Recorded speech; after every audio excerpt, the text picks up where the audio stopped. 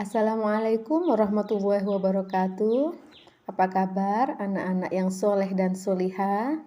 Semoga anak-anak dalam keadaan sehat walafiat. Nah, untuk pembelajaran pada kesempatan ini adalah PAI dan Budi Pekerti untuk kelas 5. Untuk siswa-siswi yang telah hadir, bisa absen ya. Sebelum pembelajaran dimulai, marilah kita berdoa bersama-sama dengan harapan kita mendapatkan ilmu yang bermanfaat. Bismillahirrahmanirrahim. Raditu billahi rabba wa bil islami dina wa bi Muhammadin nabiyyan wa rasula. Rabbi sidni ilma warzuqni fahma. Amin ya rabbal alamin. Anak-anak yang solih dan solihah, untuk pertemuan kali ini kita akan belajar mengenal kitab-kitab Allah Subhanahu wa Ta'ala. Nah, percaya terhadap kitab-kitab Allah merupakan rukun iman yang nomor 3. Beriman kepada kitab-kitab Allah telah dijelaskan dalam surat An-Nisa ayat 136. Bismillahirrahmanirrahim. Ya ayyuhalladzina aminu billahi wa rasulih wal kitabil ladzi nazzala ala rasulih wal kitabil ladzi anzala min qabl. Wa man yakfur billahi wa malaikatihi wa kutubihi wa rusulihi wal yawmil akhir faqad dhalla dhalalan ba'ida. Artinya, wahai orang-orang yang beriman, tetaplah beriman kepada Allah Subhanahu wa Ta'ala dan Rasul-Nya dan kepada kitab Al-Quran yang diturunkan kepada Rasul-Nya serta kitab yang diturunkan sebelumnya.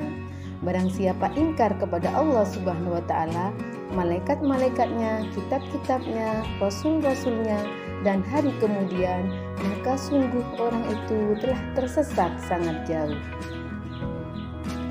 Anak-anak yang soleh dan solihah, beriman kepada kitab Allah Subhanahu wa Ta'ala artinya mempercayai dan mengamalkan sesuatu yang terkandung di dalam kitab tersebut. Nah, apa itu kitab Allah? Kitab Allah itu adalah firman Allah yang diwahyukan kepada Pak Rasul melalui malaikat Jibril untuk disampaikan kepada umatnya dan dijadikan sebagai pedoman petunjuk hidup agar selamat di dunia dan di akhirat. Yang pertama adalah kitab Taurat. Kitab Taurat diturunkan kepada Nabi Musa. Diturunkan pada abad 12 sebelum Masehi di Israel dan Mesir. Bahasa yang digunakan adalah bahasa Ibrani. Di dalamnya terisi 10 ajaran. Yang Taurat, yang pertama, hormati dan cintailah Allah yang Maha Esa. 2, sebutlah nama Allah dengan hormat. Sucikanlah hari Sabtu. 4, hormatilah ibu bapakmu. Yang kelima, jangan membunuh. 6, jangan berbuat zina. 7, jangan mendekati berbuat zina. Jangan mencuri. 9, jangan berdusta. Dan yang ke-10, jangan mengambil hak milik orang lain. Kitab yang kedua adalah kitab Zabur. Kitab Zabur diturunkan kepada Nabi Daud alaihissalam pada abad ke-10 sebelum Masehi di tanah Kanaan. Zabur di dalam bahasa Arab disebut Mazmur.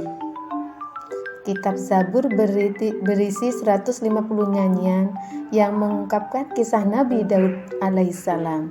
Kisah tersebut meliputi permohonan ampun atas dosanya, sukacita, kemenangannya atas musuh, dan kemuliaan Allah Subhanahu wa Ta'ala.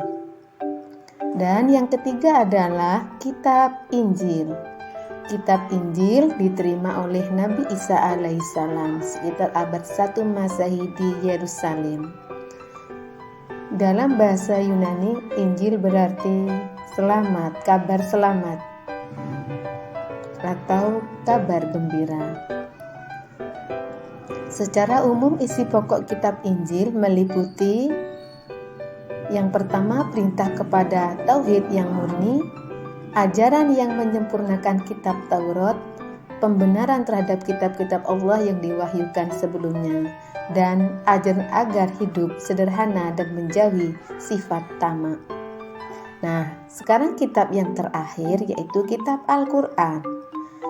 Al-Quran diturunkan kepada Nabi Muhammad SAW abad 6 Masehi di Gua Hira Mekah. Peristiwa ini disebut dengan Nuzulul Quran. Nabi Muhammad sedang menyendiri di Gua Hira Mekah. Itu bertanda diangkatnya Nabi Muhammad SAW menjadi Rasul atau utusan Allah. Dan usia beliau pada waktu itu berusia 40 tahun. Nah, kitab Al-Quran terdiri dari 114 surat, 30 juz, dan 6.236 ayat. Al-Quran diwahyukan kepada Nabi Muhammad secara berangsur-angsur 22 tahun, 2 bulan, dan 22 hari.